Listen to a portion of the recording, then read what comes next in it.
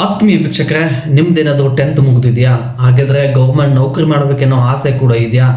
ನೀವು 10th ಸ್ವಲ್ಪ ಜಾಸ್ತಿ ಮಾರ್ಕ್ಸ್ ತೆಗೆದಿದ್ರೆ ಸಾಕು, ಅತಿ ಸರಳವಾಗಿ ಸಿಗ್ತಕ್ಕಂಥ ಗೌರ್ಮೆಂಟ್ ಉದ್ಯೋಗ ಅಂತ ಹೇಳ್ಬೋದು. GDS ಗ್ರಾಮೀಣ ಡಾಕ್ ಸೇವಕ್ ಅಂತೇಳಿ ಪೋಸ್ಟ್ ಆಫೀಸಲ್ಲಿ ಹುದ್ದೆಗಳನ್ನು ಬಿಟ್ಟಿದ್ದಾರೆ.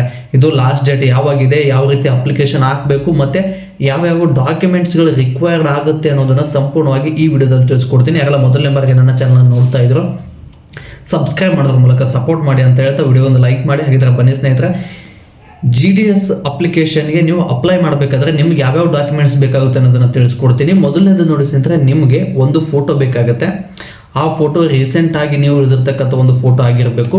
ಮತ್ತು ಅದರ ಜೊತೆಗೆ ವೈಟ್ ಪೇಜಲ್ಲಿ ನೀವೇನಾದರೂ ಈಗ ನಾಳೆ ಅಪ್ಲಿಕೇಶನ್ ಹಾಕೋಕ್ಕೆ ಹೋಗ್ತಾ ಇದ್ದೀರಾ ಅಂದರೆ ನಿಮ್ಮ ಹತ್ರ ಇವೆಲ್ಲ ಡಾಕ್ಯುಮೆಂಟ್ಸ್ಗಳು ಇರಬೇಕು. ನಿಮ್ಮ ಪಾಸ್ಪೋರ್ಟ್ ಸೈಜ್ ಫೋಟೋ ರೀಸೆಂಟ್ ಆಗಿರುವಂಥದ್ದು ಮತ್ತು ವೈಟ್ ಪೇಜಲ್ಲಿ ಸಿಗ್ನೇಚರ್ನ ಬರ್ಕೊಂಡಿರ್ಬೇಕು. ಸಿಗ್ನೇಚರ್ ಮಾಡಿ ಅದನ್ನು JPG ಫಾರ್ಮ್ಯಾಟಲ್ಲಿ ಡೌನ್ಲೋಡ್ ಮಾಡಿ ಇಟ್ಕೊಳ್ಬೇಕು. ಮತ್ತು ಅದರ ಜೊತೆಗೆ ನಿಮ್ಮದು 10th ಕ್ಲಾಸಲ್ಲಿ ಮಾರ್ಕ್ಸ್ ಕಾರ್ಡ್ ಏನಿರ್ತದಲ್ಲ, ಅದು ಒರಿಜಿನಲ್ ಮಾರ್ಕ್ಸ್ ಕಾರ್ಡೇ ಬೇಕು. ಜೆರಾಕ್ಸ್ ತೊಗೊಂಡು ಹೋದರೆ ಅಪ್ಲಿಕೇಶನ್ ಹಾಕೋದಕ್ಕೆ ಬರೋದಿಲ್ಲ, ಸರಿನಾ? ಮತ್ತು ಅದರ ಜೊತೆಗೆ ನಿಮ್ಮದು ಆಧಾರ್ ಕಾರ್ಡ್ ಇರಬೇಕು, ಒರಿಜಿನಲ್ ಆಧಾರ್ ಕಾರ್ಡ್ ಇರಬೇಕು. ಮತ್ತು ನಿಮ್ಮದು ಏನಾದರೂ 18 ವರ್ಷ ಮೇಲ್ಪಟ್ಟಾಗಿದ್ದರೆ, ನೀವೇನಿದ್ದೀರಲ್ಲ 18 ವರ್ಷ ಮೇಲ್ಪಟ್ಟಾಗಿದ್ದರೆ ಆಧಾರ್ ಕಾರ್ಡ್ ಕೂಡ ಬೇಕಾಗ್ತದೆ. ಆಧಾರ್ ಕಾರ್ಡು ಅದ್ರ ಜೊತೆಗೆ 18 ವರ್ಷ ಮೇಲ್ಪಟ್ಟಾಗಿದ್ದರೆ ನಿಮ್ಮದು ಪ್ಯಾನ್ ಕಾರ್ಡ್ ಕೂಡ ಬೇಕಾಗುತ್ತೆ. PAN card it is side documents, ಅಂದರೆ ಕಂಪಲ್ಸರಿ ಅಂತ ಏನೂ ಇಲ್ಲ.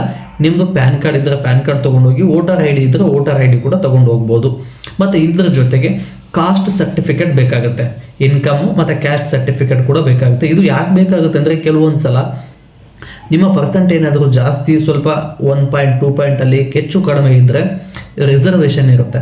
ಈ ರಿಸರ್ವೇಷನ್ ಒಳಗಡೆ ಮೀಸಲಾತಿ ಇರುತ್ತೆ. ಈ ಮೀಸಲಾತಿ ಒಳಗಡೆನೂ ಕೂಡ ಸೆಲೆಕ್ಷನ್ ಆದರೆ ಆಗ್ಬೋದು. ಸ್ನೇಹಿತರೆ, ಮೊದಲು ವಿಡಿಯೋನ ನೀವು ಯಾವ ಜಿಲ್ಲೆಯಿಂದ ನೋಡ್ತಾ ಇದ್ದೀರಲ್ಲ, ನಿಮ್ಮ 10th ಪರ್ಸೆಂಟೇಜ್ ಎಷ್ಟಾಗಿದೆ ಅನ್ನೋದನ್ನು ಕಮೆಂಟ್ ಮಾಡೋದನ್ನು ಮರಿಬೇಡಿ. ಯಾಕಂದರೆ ಎಲ್ಲರದು ಗೌರ್ಮೆಂಟ್ ಉದ್ಯೋಗ 10th ಪಾಸ್ ಆದವ್ರಿಗೆ ಆಗೋದಿಲ್ಲ.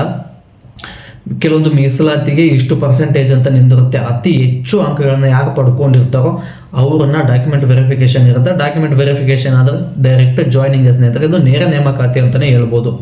ಬಟ್ ನೀವು ಯಾವ ಜಿಲ್ಲೆಯಿಂದ ಈ ವಿಡಿಯೋ ನೋಡ್ತಾ ಇದ್ದೀರಲ್ಲ, ನೀವು 10th ಎಷ್ಟು ಮಾರ್ಕ್ಸನ್ನು ತೊಗೊಂಡಿದ್ದೀರಾ, ಎಷ್ಟು ಪರ್ಸೆಂಟೇಜಿನ ಇದೆ ಮತ್ತು ಯಾವ ಡಿಸ್ಟ್ರಿಕ್ಟು ಅನ್ನೋದನ್ನು ಕಮೆಂಟ್ ಮಾಡೋದನ್ನು ಮರಿಬೇಡಿ. ಯಾಕಂದರೆ ನಿಮ್ಮ ಕಮೆಂಟ್ಗಳಿಂದ ನಮಗೇನಾಗುತ್ತೆ ಅಂದರೆ, ಇವರು ಆಯ್ಕೆ ಆಗ್ತಾರೋ ಇಲ್ಲೋ ಅನ್ನುವಂಥದ್ದನ್ನು ಒಂದು ಸಾಧಾರಣವಾಗಿ ಒಂದು ಅಂದಾಜಿನ ಮೇಲೆ ಹೇಳ್ಬೋದು ಸ್ನೇಹಿತರೆ. ಯಾಕಂದರೆ ಹಳೆ ಈ 2025ರಲ್ಲಿ ಬಿಟ್ಟಿರ್ತಕ್ಕಂಥ GDSಗೆ ಅಪ್ಲೈ ಮಾಡಿರ್ತಾರೆ ಕೆಲವೊಬ್ಬರು. ಆ ಅಪ್ಲೈ ಮಾಡಿದವ್ರದ್ದು ಈ ಜಿಲ್ಲೆಗೆ ಎಷ್ಟು ಕಟ್ ಆಫ್ ನಿಂತಿದೆ ಅನ್ನೋದು ಎಲ್ಲ ಒಂದು ಲಿಸ್ಟ್ ಇದೆ.